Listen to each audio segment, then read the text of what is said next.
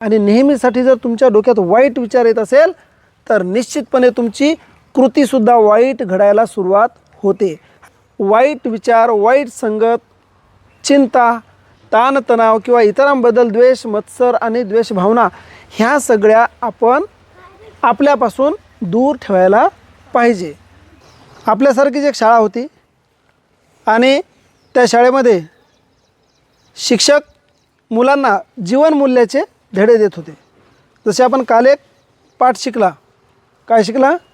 कुटुंबातील जीवनमूल्ये असा एक आपण काल धडा शिकला. तसंच त्या शाळेच्या एका वर्गामध्ये ते शिक्षक मूल्य शिकवत होते, जीवनमूल्य. आणि ते शिकवता शिकवता त्यांनी एक प्रात्यक्षिक घेण्याचं ठरवलं आणि एका मुलाला सांगितलं की तुझ्याकडे बॉटल आहे आणि माझ्याकडे ग्लास आहे, तुझ्या बॉटलमधलं पाणी याच्यामध्ये अर्धा ग्लास भर. अर्धा ग्लास पाणी भरलं आणि अर्धा ग्लास पाणी भरून त्या शिक्षकांनी विचारलं, हा ग्लास भरलेला आहे की रिकामा आहे?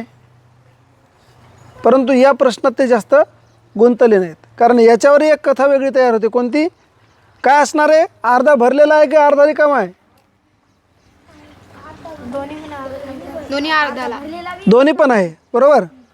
परंतु ज्यांचं उत्तर अर्धा भरलेला आहे ते सकारात्मक उत्तर आहे. त्यांनी काय पाहिलं?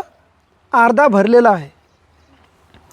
आणि ज्यांनी अर्धा रिकामा आहे असं सांगितलं त्यांनी नकारात्मक गोष्ट पाहिली. त्यामध्ये त्या ग्लासमध्ये दोनही गोष्टी आहेत. अर्धा भरलेला आहे ही सकारात्मक गोष्ट आहे, अर्धा रिकामाच आहे ही नकारात्मक गोष्ट आहे. मग आपण काय पाहायचं? अर्धा भरलेला आहे. परंतु ही गोष्ट त्याच्या पुढची आहे, ही गोष्ट तिथे थांबत नाही.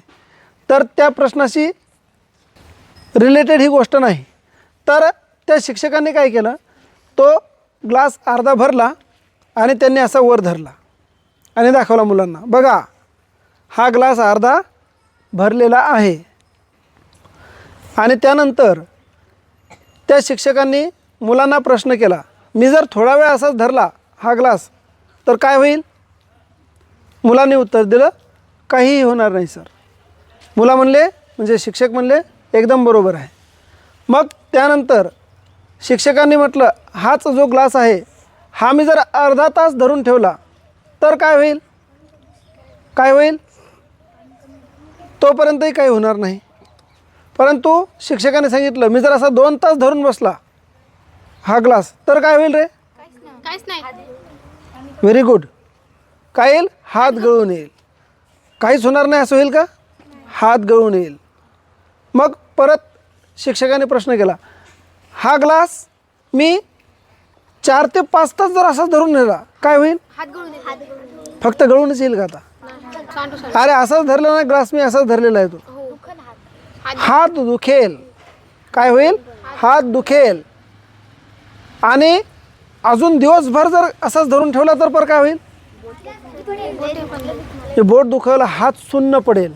हात सुन्न पडेल असं होऊ शकते की मला दवाखान्यातही जायचं काम पडू शकते. तर ग्लासचं वजन किती असेल? 100 ग्राम, 200 ग्राम जास्त, पाण्यासह 200 ग्राम. मग तो ग्लास भारी असल्यामुळे माझा हात दुखला का? नाही. ग्लास तर हलका होता, मग माझा हात का दुखला? बरोबर, एकाच जागेवर राहिला म्हणून. अजून वर होता म्हणून. अजून आपले बोट पण दुखू लागले. अजून सांगा, विचार का? अजून सर तुम्ही तो ग्लास पकडे धरला होता म्हणून. बरं, अजून असा पकडून धरला होता समजा, शिक्षकांनी ते असा पकडून ठेवला होता.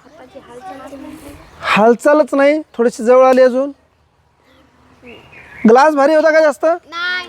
ग्लास थोडा वेळ जर धरला असता तर झाला असतं का? तर त्याचं उत्तर काय आहे?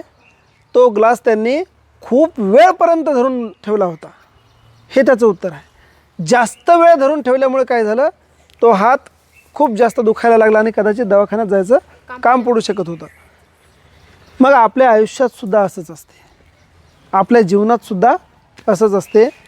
हात दुखू लागते, तो ग्लास धरून हात दुखू लागते, तेव्हा तो ग्लास खाली ठेवणे हाच एक त्यावरचा सर्वोत्तम उपाय असतो.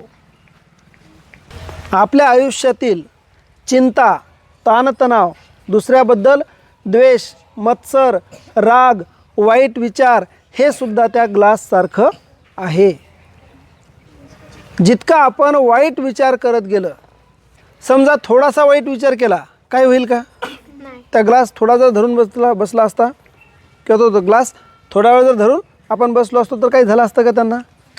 परंतु वाईट विचारसुद्धा थोडा वेळ जर तुमच्यात आला मनात तर काही होणार नाही. परंतु तेच वाईट विचार तुम्ही सतत येत असेल तुमच्या मनात, दिवसभर येत असेल, आठवडे, महिने आणि नेहमीसाठी जर तुमच्या डोक्यात वाईट विचार येत असेल तर निश्चितपणे तुमची कृतीसुद्धा वाईट घडायला सुरुवात होते आणि निश्चित तुमचं व्यक्तिमत्वसुद्धा समाज विघातक आणि समाजाच्या नियमाच्या विरुद्ध जाऊन वाईट व्यक्तिमत्व घडायला सुरुवात होते. त्यामुळे वाईट विचार, वाईट संगत, चिंता, ताणतणाव किंवा इतरांबद्दल द्वेष, मत्सर आणि द्वेष भावना ह्या सगळ्या आपण आपल्यापासून दूर ठेवायला पाहिजे. तुम्हीसुद्धा तुमच्या आयुष्यामध्ये काय करायला पाहिजे? वाईट संगत असेल, वाईट बोलणारे असतील किंवा वाईट गोष्टी असतील त्या तुम्ही दूर ठेवायला पाहिजे. तरच तुम्ही यशस्वी आणि चांगल्या व्यक्तिमत्वाचे धनी म्हणून मोठे नागरिक बनणार आहात, भारताचे नागरिक बनणार आहात. आणि भारताचे आदर्श नागरिक बनायसाठी फक्त शिक्षण महत्त्वाचं नसते, तर आपल्याला अधिकार आणि कर्तव्य राज्यघटनेने दिलेल्या ज्या स्वातंत्र्य आहे त्यासोबत आपल्याला काय दिलेलं आहे? कर्तव्यसुद्धा दिलेले आहेत. त्या सगळ्या कर्तव्याचं सुद्धा आपल्याला पालन करून, आपले कर्तव्य आपण करून आपण यशस्वी नागरिक भारताचे घडू शकतो. आणि आपल्याला काय करायचं? फक्त शिकायचं नाही, तर मोठं होऊन भारताचा यशस्वी आणि आरोग्यसंपन्न आणि एक देशभक्त नागरिक घडायचं आहे.